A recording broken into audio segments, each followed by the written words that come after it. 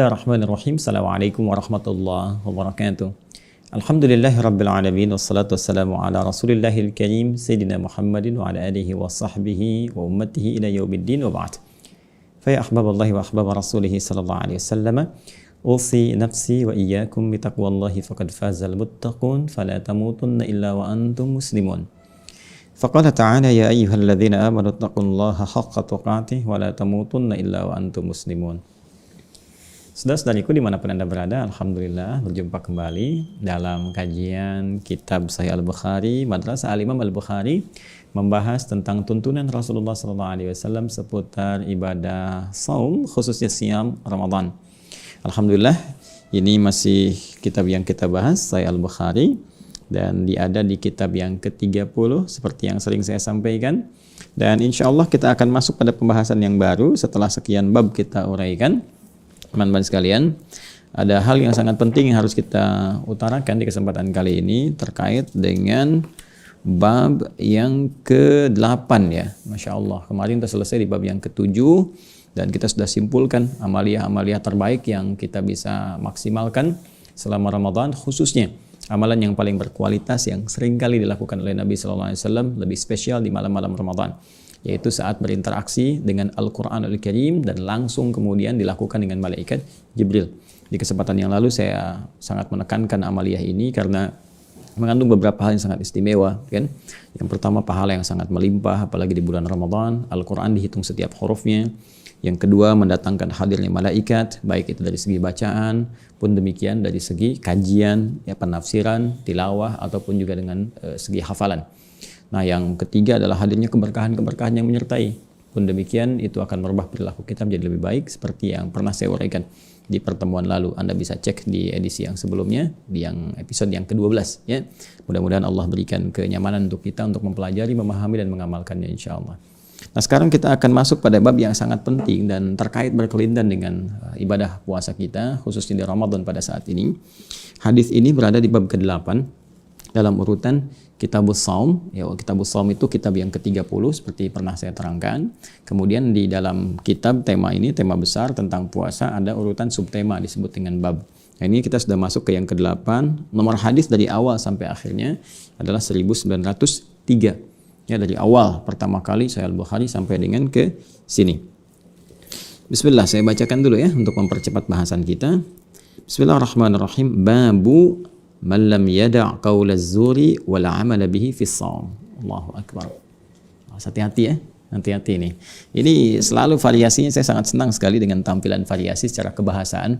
Ya, kita kalau belajar spesifik misalnya di bahasa Arab, apalagi mendalami bahasa Al-Quran, ya mendalami bahasa hadis-hadis Nabi SAW dengan turunan ilmunya misalnya, baik itu nahwu, sarafka atau balaghah, dan terutama ya balaghah itu lebih dalam lagi, lebih tinggi lagi karena di situ ada ma'ani, bagaimana memilih diksi yang sesuai gitu kan, diksi-diksi yang selaras bukan hanya dengan objek bicara ya, tapi juga nanti akan disertai dengan sesuatu yang sangat indah, yaitu ketepatan ya dalam menuangkan diksi ini sesuai dengan konteksnya. Kemudian setelah itu dirangkai ya dalam bentuk rangkaian yang sangat fasih, jelas, disebut dengan bayan namanya. Nanti ada setelah ma'ani ada bayan. Jadi kalau ma'ani itu misalnya kayak saya nih duduk ya.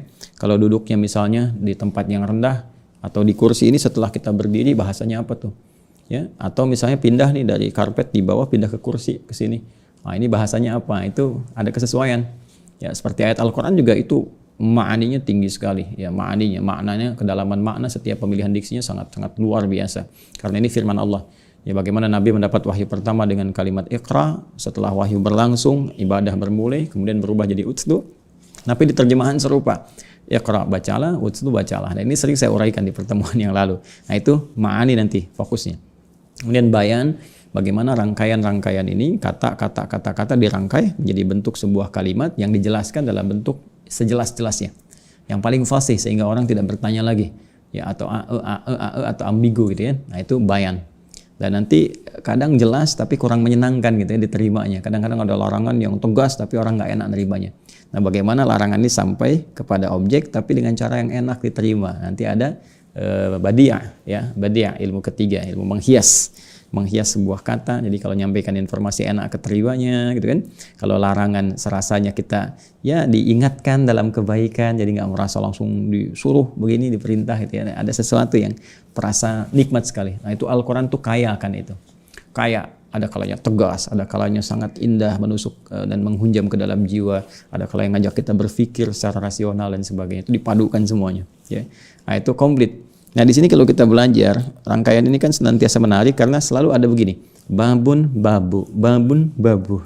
Ya sesekali seakan menjadi nakirah gitu kan, atau dia khabar dari mubtada mahdhuf. Ya tapi sisi lain dia menjadi ma'rifat yang khusus dengan idhafat. Ya dia jadi ma'rifat yang khusus dengan idhafat. Ada yang disifati gitu kan, yang tadi khabar dari mubtada mahdhuf, setelahnya mubtada lagi, kemudian khabar mubtada setelah jadi sifat untuk yang sebelumnya. Ya tetap dia dalam suasana ma'rifat karena diikat dengan konteks penjelasan puasa. Bingung ya? Di ilmu nahwu itu kalau ma'rifat khusus, ya spesifik. Kalau nakirah itu umum sifatnya. Jadi ketika Al-Imam Al-Bukhari membuat sebuah bab, subtema dari sebuah tema itu digunakan ma'rifat yang khusus. Maksudnya khusus terkait dengan pembahasan tema ini. Jadi nggak pernah lepas dari tema. Hadis-hadis yang disampaikan nggak akan keluar dari tema yang sedang dibahas. Itu maksudnya. Nah sekarang ini bentuknya langsung idhafat, ya sehingga memberikan penekanan lebih kuat. Ya bisa kalau kepemilikan, penekanan pada kepemilikan. Saya ingin katakan ini kan buku nih, ya buku nih. Saya ingin lekatkan kepemilikan pada orangnya. Ya ini kitab buku kan. Kalau kitab umum kitab aja kitabun. Kalau anidun itu masih umum. Ya tapi kalau kita ingin lekatkan ini pada pemiliknya dengan kuat, maka hilangkan tanwinnya. Unnya hilangkan, kan? Terus langsung sandarkan kepada pemiliknya. Saya Adi ini punya saya. Saya katakan kitabu Adi. Kitabu Adi, ini kitab punyanya Pak Adi gitu kan. Ya atau kitabi, ini kitab punya saya. Jadi ditekankan. Sehingga ketika orang tanya misalnya liman hadal kitab? Hadal kitabi.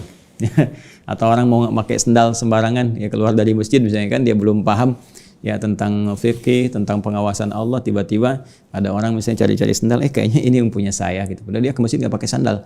Nah, Anda langsung bisa tekankan afun hadan ali. Ya, ini punya saya gitu kan. Jadi Anda bisa langsung tekankan. Nah, ini juga ini metodenya cukup menarik. Babu malam yada' qaula zuri. Bab ini penting untuk kita garis bawahi terkait dengan ibadah saum. Ya, garis bawah ini. Apa yang penting ini? Kan? Man lam yada' qaula zuri wal 'amala bihi fi shaum. Man siapapun. Ya, siapapun yang sedang berpuasa nih.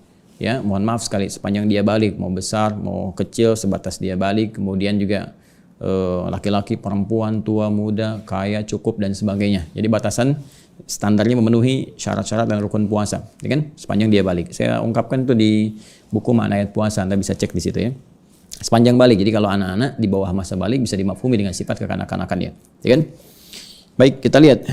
Man siapapun yang berpuasa memenuhi syarat dan rukunnya, lam yada' qaulaz zuri, namun tak mampu meninggalkan qaulaz zuri, ya perbuatan atau kata-kata dustanya yang tidak bermanfaat.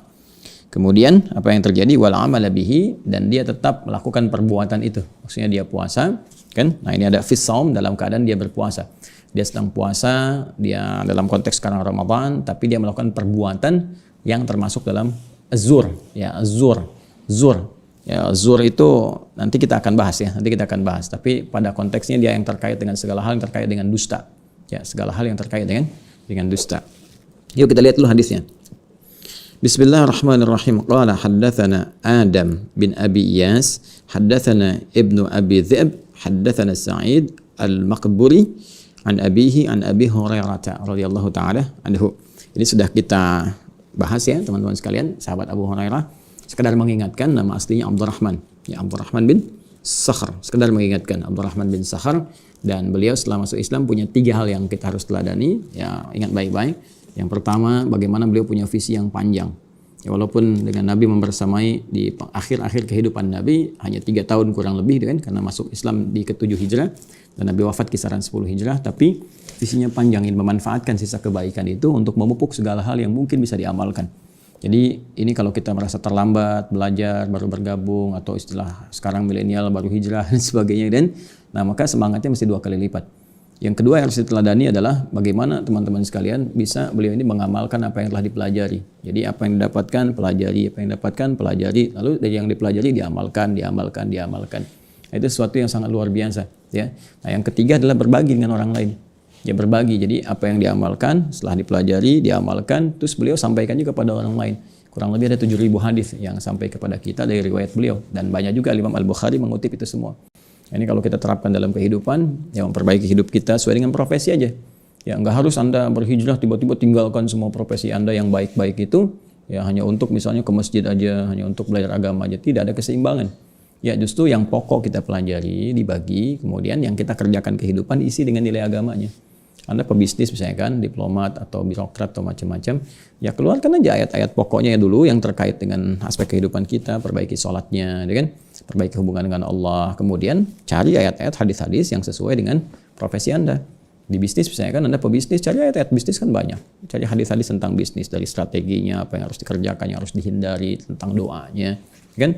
Meningkatkan amal yang sesuai dengan pekerjaan yang bisa mempercepat ya datangnya misalnya apa yang Anda harapkan. Itu kan banyak sekali. Bahkan ada satu nanti pembahasan di sini ya, Kitabut Tijarah, nanti bab tentang bisnis ya, atau Kitabul Buyu' ya, Kitabul Buyu' dari kata bay', jadi Kitabul Buyu'. Dan demikian seterusnya teman-teman sekalian. Ketika sudah paham, Anda praktekkan dan harus yakin kalau nggak ada keyakinan susah nanti. Jadi Anda pahami, Anda praktekkan. Ya, Islam itu kan kaidahnya la raiba fi, jangan ada ragu. Jadi begitu kata Quran saya tinggalkan riba, ya tinggalkan riba, ya kan? Jangan berbuat curang, jangan curang, jangan nyogok ya jangan nyogok gitu kan? Kerjakan jujur ya jujur. Ya. Nah, nanti diaplikasikan dalam konteks kehidupan kekinian. Nanti Anda akan rasakan perbedaannya. Dan banyak kok orang-orang yang telah berubah, mencoba kemudian menekuni dan berhasil. Dan setelah itu share. Ya, share kan sekarang banyak kan? Sharing ya dengan teman-teman misalnya ini yang sukses begini-begini, dan itu semua aspek kehidupan. Bukan hanya di bisnis saja. Misalnya taruhlah di birokrasi, misalkan di diplomasi dan sebagainya, bisa dicoba dalam kehidupan kita, termasuk di pelajaran. Teman-teman mahasiswa kan pola belajar diperbaiki. Yang semula cuma datang ke kampus hanya ngejar sertifikat, ya ijazah misalnya kan, atau kadang-kadang duduk paling belakang nitip absen, nanya nggak pernah, mau ujian minjem buku teman gitu kan, ngapalin SKS, ya apa SKS itu? Apa kalian di sini? Sistem kebut semalam kadang sejam gitu kan. Nah itu sejam ya tuh baru tahu besoknya ujian, baru tahu hari ini ujian, pinjam catatan sejam. Itu perbaiki sekarang ya, perbaiki belajarnya, duduk paling depan, bertanya kalau nggak paham, kuasai pelajaran sebelum ditutup, sebelum pulang pahami dulu, pelajari lagi, malamnya istirahat. Jadi waktu ujian kalian, waktu minggu tenang tinggal tenang, ini minggu tenang kalian gelisah. Ya waktu belajar ya belajar, minggu tenang ya tenang, tungguin aja ujiannya, waktu ujian, bukan waktu ujian kalian sibuk menghafal. Ya, nah, nanti banyak ayat, banyak hadis. Yuk kita kembalikan sini, itulah sahabat Abu Hurairah, Abdurrahman bin Sakhr. Baik, kemudian kita teruskan, radhiyallahu taala anhu, semoga Allah meridai kepada beliau dan apa yang beliau sampaikan kepada kita ya dari Al-Imam Al-Bukhari tentunya. Kemudian beliau mengatakan qala Rasulullah sallallahu alaihi wasallam, Rasulullah sallallahu alaihi wasallam pernah bersabda terkait konteks bab pembahasan kita ini. Man lam yada' qaula az-zur wal 'amal bihi falaysa lillahi hajatun fi an yada'a ta'amahu wa syarabah. Ya. Hati-hati nih teman-teman sekalian, hati-hati.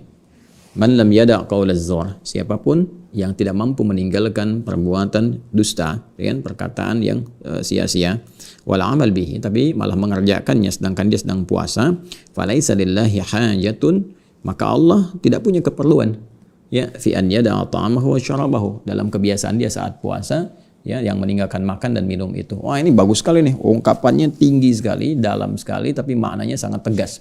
Ya, maknanya sangat tegas. Mari kita bahas pelan-pelan. Baik, di sini Nabi SAW menyampaikan teman-teman sekalian, malam yada' qaulaz zur, siapapun yang tak mampu meninggalkan qaulaz zur, perkataan-perkataan yang mengandung dusta. Nah, tolong diingat baik-baik. Pertama, saya ingin garis bawahi tentang man di sini. Ya, man itu dalam kaidah gramatikal bahasa Arab, khususnya di ilmu nahwu, adalah isim mausul. Ya, isim mausul ya dulu ala fardiyatil amiyah. Jadi satu konjungsi isim mausul yang menunjuk kepada objek atau bahkan kadang-kadang juga subjek. Ya, namun dia punya sifat personal, namun maknanya luas. Ya, jadi dia punya sifat personal dalam arti ditunjukkan kepada setiap orang, setiap si fulan. Makanya kalau ada misalnya dalam hadis Nabi SAW ataupun bahkan dalam ayat Al-Quran yang menggunakan kata man dan tujuannya adalah ya itu ditujukan kepada makhluk, menyampaikan informasi atau mengkhitab istilahnya, menyampaikan informasi kepada hamba, kepada makhluk ya, kepada kita semua, maka itu pahami dengan personal. Ya, saya misalnya kan ketika ada man lam yada', seakan-akan kita posisikan Nabi itu sedang menyampaikan ke saya. Saya harus terima gitu kan. Walaupun juga orang lain sampaikan, Joni terima, saya Cepi terima, gitu kan, Soleh terima dan sebagainya. Semua orang menerima itu. Tapi pahami oleh kita secara personal bahwa ini untuk saya, untuk perbaikan saya, gitu kan. Nah, dalam konteks kita berpuasa, kata Nabi, malam yada, siapapun, hei engkau, hei adi hidayat, hei kamu, hei fulan, hei fulana, ya, lam yada qaula zur, siapa yang tak mampu meninggalkan dengan cepat. Ya, yada itu meninggalkan dengan cepat. Nanti kata perintahnya ma yuribuka ila ma la yuribuk, ya, tinggalkan segala yang membuat engkau ragu kepada yang meyakinkanmu, kepada yang engkau tidak ragu di dalamnya. Sehingga lahir kaidah fikih di dalamnya apa? Al yaqinu la yuzalu bisyak. Ya, kalau sudah yakin enggak ada lagi keraguan. Ya, kadang-kadang kan kalau kita sudah berwudu terus tiba-tiba ada keraguan nih saya, batal enggak ya? Batal enggak ya? Nah, itu cari dengan cepat berdasarkan indikator yang ada di sekitaran kita, kita rasakan. Kalau nggak ada terjadi apa-apa dan sebagainya, kita yakin aja masih punya wudhu. Nanti was-was setan yang dibisikkan kepada kita akan mengecil dan akan hilang dengan sendirinya. Ya, tapi kalau Anda misalnya masih akomodasi, kayaknya itu capek. Ya, lebih baik Anda wudhu lagi. Atau kalau sudah tampak tanda-tanda yang meyakinkan, ya itu nggak usah ragu, itu udah yakin. Saya batal nggak ya? Batal nggak? Tapi baunya udah semerbak kemana-mana misalnya kan. Nah, itu kalau itu udah pasti batal. Ya, jadi itu tinggalkan dengan cepat. Yada, malam yada, siapa yang tidak meninggalkan dengan cepat. Artinya ada sesuatu yang berbahaya. Ya, kalau misalnya kita ada informasi, cepat tinggalkan, kan? Cepat jauhi. Ini menunjukkan sesuatu itu berbahaya, kan? Nah, artinya ada amalan di sini, ada perbuatan yang sangat berbahaya. Saking berbahayanya, itu diminta oleh Nabi SAW untuk ditinggalkan dengan cepat. Ya, jangan masuk ke situ, jangan lakukan itu, gitu kan? Nah, apa nanti yang bisa dihasilkan atau apa akibat yang timbul jika seseorang kemudian terlibat di dalamnya? Nanti kita akan lihat, kan? Nah, apa yang harus ditinggalkan dengan cepat? Ini qaula zur. Ya, asalnya dari kata zur ini, teman-teman sekalian, itu asalnya diksinya punya makna segala yang terkait dengan dusta. Ya, baik berupa perkataan, perbuatan, atau segala hal yang terkait dengan dusta. Dusta itu kadzib, ya, kadzaba yakdzibu, ya, kadziban atau kadzban. Jadi kadzib itu ya dustanya. Semua perbuatan yang mengandung kadzib, mengandung dusta, itu zur namanya. Ya, misalnya kesaksian palsu yang ada dusta di dalamnya, maka di situ disebut dengan syahadatuz zur. Ya, di persidangan misalnya bersaksi tapi dusta, tapi bohong, gitu kan? Nah, itu syahadatuz zur. Atau misalnya berkata-kata yang dusta, gitu kan? Menyoal orang lain, ya, dengan tuduhan yang tidak benar, itu juga zur. Nanti cabang-cabang dari zur ini macam-macam. Ya, bisa jadi fitnah, bisa jadi misalnya ghibah, kan? Ghibah bisa jadi membicarakan orang lain, teman-teman sekalian, pada sesuatu yang kotor. Ya, kalau dia benar yang dibicarakan, dia menjadi ghibah. Ghibah itu dianggap salah oleh agama, sekalipun kalimatnya benar, tapi tentang orang-orang yang menjelekan orang-orang, gitu kan, itu tidak dibenarkan. Jadi yang pembenaran dari agama itu, pelarangan dari agama yang tidak membenarkan perbuatan itu dianggap salah, ya teman-teman sekalian, itu yang dinilai. Apalagi kemudian menyebarkan berita-berita hoax. Nah, itu juga termasuk perbuatan zur, ya. Jadi qaula zur, qaul itu perkataan, segala kata-kata yang mengandung unsur kebohongan. Nah, biasanya kalau sudah ada qaul, ini kan sumber. Lisan itu sumber segala hal. Nah, nanti akan diterjemahkan dalam bentuk segala ekspresi dalam kehidupan kita. Bisa jadi nanti penerjemahan dari lisan ini diterjemahkan oleh tangan dalam bentuk tulisan. Makanya Nabi menyebutkan sumbernya. Ya, jadi bukan berarti nggak boleh berkata dusta, kalau nulis boleh. Terus bikin hoax gitu ya. Nah, tidak karena lisan itu sumbernya. Ya, sumber ungkapan yang bersumber dari keadaan jiwa. Karena jiwanya tidak baik, keadaan hatinya yang dikuasai oleh nafsu keluar lewat lisan. Kadang-kadang lisan ini terjemahkan lagi oleh apa? Oleh tangan misalnya, oleh kaki, oleh ekspresi wajah dan sebagainya. Jadi orang-orang yang sedang puasa namun terlibat dusta, hati-hati, dusta nih. Ya, yang pernah saya sampaikan di awal-awal jumpa kita, segala yang merusak puasa. Jadi ada sesuatu yang langsung membatalkan puasa, ada sesuatu yang merusak. Kalau membatalkan itu otomatis ya puasanya batal. Seketika ini kan harus dia qadha. Dan nanti kalau sengaja ada kafarat. Ya, misal mohon maaf ini sengaja makan, kan? Kalau itu kan jarang kita temukan. Tapi kalau nyuri-nyuri ya seakan-akan tidak melakukan, tapi nyuri-nyuri sedikit misalnya kan, dan itu membatalkan. Ya, misal ya seperti saya sampaikan dulu, kumur-kumur, dia pakai sirup gitu kan. Memang dia keluarin lagi, tapi sebagian tetesan masuk tenggorokan. Atau kumur-kumur pakai air biasa sih, cuman 3 kali kumur-kumur, yang keluar 2 kali misalnya kan, yang satu nggak ada. Nah, itu kan sama juga gitu. Nah, itu udah jelas batal, udah jelas. Tapi segala yang kadang-kadang kita nggak nyadar itu batal, nggak nyadar kita. Nah, itu yang merusak. Ya, dan tingkat kerusakan ketika semakin tinggi itu potensial membatalkan. Makanya nanti para ulama ada yang sepakat bahwa kalau orang sudah terbiasa kebiasaan bohong di puasa itu otomatis membatalkan. bukan cuma merusak, karena memang menggugurkan pahala-pahala dan sebagainya. Ya, nah di sini teman-teman sekalian, ini harus hati-hati karena kadang ini yang kita nggak sadar. Kalau yang membatalkan orang tahu lah, makan, minum, berhubungan seksual siang hari itu udah paham. Tapi yang merusak ini yang paling bahaya. Dan merusak ini melahirkan dosa. Hati-hati. Ya, melahirkan dosa. Ya, yang paling bahaya nanti sudah puasanya nggak dianggap, dosa lagi, ya kan? Gibah itu kan dosa. Bikin hoax dosa, berselisih dosa. Ya, dan di sini ada orang-orang yang ketika sedang puasa dia nggak bisa nahan itu. Ya, nulis status tentang orang lain, bicara tentang kejelekan, ya, komen-komen yang kotor dan sebagainya, ya kan? Bikin hoax, nyebarkan berita yang nggak benar. Nah, itu hati-hati, ya hati-hati. Nah, apa yang terjadi? Kemudian wala amala bihi, kalau orang masih nekat melakukan itu, sengaja dia melakukan perbuatan itu, padahal dia tahu ini Ramadan, dan dia mengatakan dia puasa, maka falaisa lillahi hajatun fi an yada'a ta'amahu wa syarabahu. Maka Allah nggak butuh dengan puasa dia. Kalimatnya ya ada pakai ya ada lagi. Falaisa lillahi hajatun ya fi an yada'a ya ta'amahu wa syarabahu. Ini kan orang puasa ini meninggalkan dengan cepat makan, meninggalkan dengan cepat minum. Dia kan nggak makan, nggak minum, ya kan?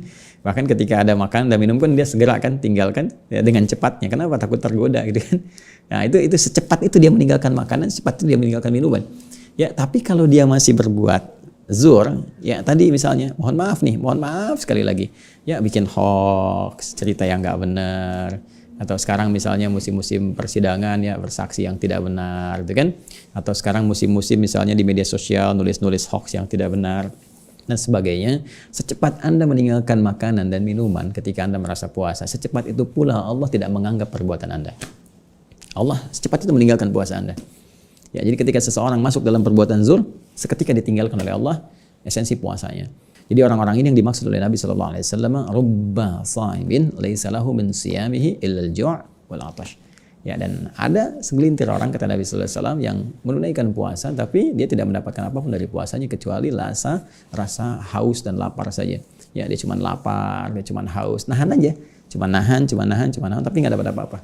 Tidak ampunankah? Mohon maaf juga. Ya, tidak keberkahankah, tidak pahalakah, tapi yang dia dapatkan apa? Yang dia dapatkan pengabaian dari Allah Subhanahu wa taala. Ya, falaisa lillahi hajatun fi an yada'a ta'amahu wa syarabahu. Allah enggak butuh, enggak perlu dengan puasa dia. Nah, itu kan enggak dianggap. Ya, Anda udah ngerjakan sesuatu dianggap enggak perlu. Nah, jadi sayang teman-teman sekalian. Dan lebih daripada itu bisa berdosa. Bisa berdosa. Ya, sekarang misalnya, maaf ya, si fulan, saya enggak katakan Anda ya. Anda atau saya, si fulan misalnya dia puasa. Ya, harusnya kan dapat pahala kan? Tapi karena dia masuk dalam perbuatan qaul zur, dia berdusta misalnya kan, atau dia bikin hoax, dia sengaja ngarang cerita yang nggak benar dan sebagainya gitu kan. Nah, pokoknya berbuat atau berkata atau bersikap seperti itu. Puasanya ditolak oleh Allah. Saya nggak butuh. Udah nggak butuh, kan ditolak tuh. Udah otomatis pahala nggak dapat. Udah gitu dia berbuat sesuatu yang kotor, misalnya bikin hoax tuh, kan dosa. Sudah ditolak oleh Allah dan dia menerima dosa. Ini yang paling bahaya. Artinya hati-hati betul teman-teman sekalian dengan hadis di bab yang ke-8 ini. Ini adalah pembelajaran bagi kita. Hikmah terbesarnya dari sini adalah bagaimana Allah membuat satu hukum yang ketat melalui Rasulnya dalam training Ramadan. Untuk membuat kita lebih baik, dibiasakan selama 30 hari. Kan kalau orang biasa makan kerupuk 30 hari, ya begitu hari ke-31 kerupuknya nggak ada, dia kan akan bertanya kan, kerupuknya mana? Ya kan? Ya, sama persis orang ikut training, kalau ketat nih, Anda kan, ya Anda sih, Masya Allah, Anda kan terbiasa ikut training. Di perusahaan, apalagi di militer gitu kan, di birokrasi, diplomasi, semua training dulu. Diplomat itu muda sebelum ditempatkan, training dulu. Di pekerjaan yang profesional, training dulu. Ya, itu semua training, guru-guru, bahkan ada trainer, ada macam-macam dan sebagainya. Semua training.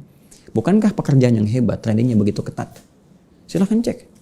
Kalau mau jadi pengusaha yang hebat, misalnya kan mau jadi pegawai yang hebat, apalagi di militer dan sebagainya, disiplinnya tinggi dan sebagainya. Apa yang terjadi? Untuk membentuk karakteristik. Makanya setelah training itu selesai, Anda tuntaskan, kan kepribadian Anda berubah kan? Perilaku Anda lebih baik. Jadi hukum ini dibuat ketat oleh Nabi SAW atas petunjuk dari Allah Subhanahu Wa Taala. Untuk apa? Untuk merubah perilaku kita lebih baik. Ya, Allah menginginkan kita menjadi hamba yang baik lewat puasa ini. Makanya ketika kita selesai lulus di madrasah Ramadan ini, yang terjadi pada diri kita adalah peningkatan takwa. La'allakum tattaqun. Dan takwa itu puncak kebaikan. Jadi jangan dipahami, aduh, percuma nih, nggak dapet di puasa. Orang kayak gini nih, wah kenapa sih begini, kenapa? Tidak, untuk membuat Anda lebih baik. Sekarang pertanyaannya, Anda mau jadi orang baik atau enggak? Itu aja. Ya, dan puasa ketika ditunaikan dengan benar, berubah kita jadi baik. Jadi kalau Anda pengen jadi baik, ikuti semua sistemnya. Ya, jangan pengen sendiri, pengen ini, pengen itu, ya pengen dilakukan begini, begitu. Ya, itu anak kecil namanya yang belum balik. Anak belum balik kan pengen seadanya aja gitu. Ya, Karena itu teman-teman sekalian, semoga apa yang kita bahas hari ini mendapatkan manfaat sisi Allah Subhanahu wa taala dan merubah persepsi kita terhadap syariat, terhadap tuntunan agama, bahwa pahami setiap unsur-unsur yang ada dalam syariat, baik berupa perintah ataupun larangan atau informasi, hakikatnya ingin menata kepribadian kita lebih baik di hadapan Allah, tampil dengan akhlak mulia, mengumpulkan pahala sebagai bekal pulang menghadap Allah Subhanahu wa taala untuk mendapatkan rahmatnya dan bisa meraih surga yang kita impikan, kita cita-citakan. Ya, dan ini hari ke-13 teman-teman sekalian. Coba dilihat deh. Ya, perubahannya sudah berubah belum sampai dengan sekarang? Ya kan? Dari berbagai faktor. Faktor ibadah sudah meningkat atau belum? Cek sholatnya, cek interaksi dengan Al-Qur'an, ya. Kalau ada harta, cek terkait infak sedekahnya. Kemudian juga turunan-turunan yang tadi, perubahan pada diri kitanya. Semakin ada berubah enggak? Lebih baik, bisa mengendalikan nafsu, bisa menata diri. Ini hari ke-13. Kalau ada perubahan-perubahan, pertahankan oleh kita dan tingkatkan lebih mulia lagi sampai di hari yang terakhir, sampai lulus Ramadan, dan pertahankan sampai kita kembali pada Allah Subhanahu wa taala. Jadi ini kesimpulannya, bab yang ke-8 tentang bagaimana kita saat puasa meninggalkan segala hal yang berpotensi merusak puasa kita atau bahkan mendapatkan pengabaian si Allah Subhanahu wa taala. Waliyadu billah. Waliyadu billah. Mari kita jaga puasa kita, semoga Allah sempurnakan siam kita, ampuni dosa-dosa kita, rahmati kita, dan memberikan segala kemuliaan yang terkait dengan faedah puasa kepada kita semua, insyaallah. Allahumma taqabbal minna innaka antas sami'ul alim wa tub 'alaina innaka antat tawwabur rahim. Allahumma ya Allah, Allahumma ij'alna minas sha'imin al mukammilin. Allahumma ij'alna ya Allah minas sha'imin al mukammilin. Taqabbal minna siyamana ya Allah, wa ruku'ana wa sujudana wa salawatina wa jami' a'malina as-salihah. Wa sallallahu ala sayyidina Muhammad wa ala alihi wa sahbihi ajma'in wa akhiru da'wana alhamdulillahi rabbil alamin. Subhanakallahumma bihamdika, nashhadu an la ilaha illa anta, nastaghfiruka wa atubu ilaik. Assalamualaikum warahmatullahi wabarakatuh.